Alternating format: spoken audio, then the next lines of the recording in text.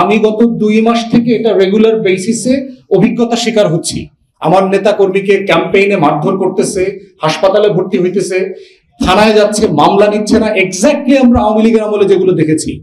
প্রশাসন ধরে নিয়েছে যে এটাই হচ্ছে রুলস অফ দ্য গেম, যে যখন আওয়ামী লীগ থাকবে তখন আমরা সবাই আওয়ামী লীগ হয়ে যাব, যখন বিএনপি আসবে অথবা থাকবে তখন আমরা বিএনপি হয়ে যাব।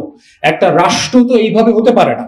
আমরা বিএনপিকে বলছি, আপনাদের একাংশ, খুবই সংক্ষিপ্ত একটা ফ্র্যাকশন একাংশ যে আচরণটা করছে, তাতে প্রত্যেক দিন আপনাদের হাজার হাজার ভোট কমছে। শুধু গতকালকের ঘটনায় সোশ্যাল মিডিয়াতে আপনারা যা দেখেছেন, বাংলাদেশে ন্যূনতম আপনার এই একদিনে 10 লাখ ভোট কমে গেছে সারা বাংলাদেশে। এবং আপনারা যদি আপনাদের এই অভদ্র একাংশ, খুবই ছোট অল্প কটা মানুষকে নিয়ন্ত্রণ করতে না পারেন, তাহলে কিন্তু আগামী নির্বাচনে আপনারা চ্যালেঞ্জের মুখোমুখি পড়বেন।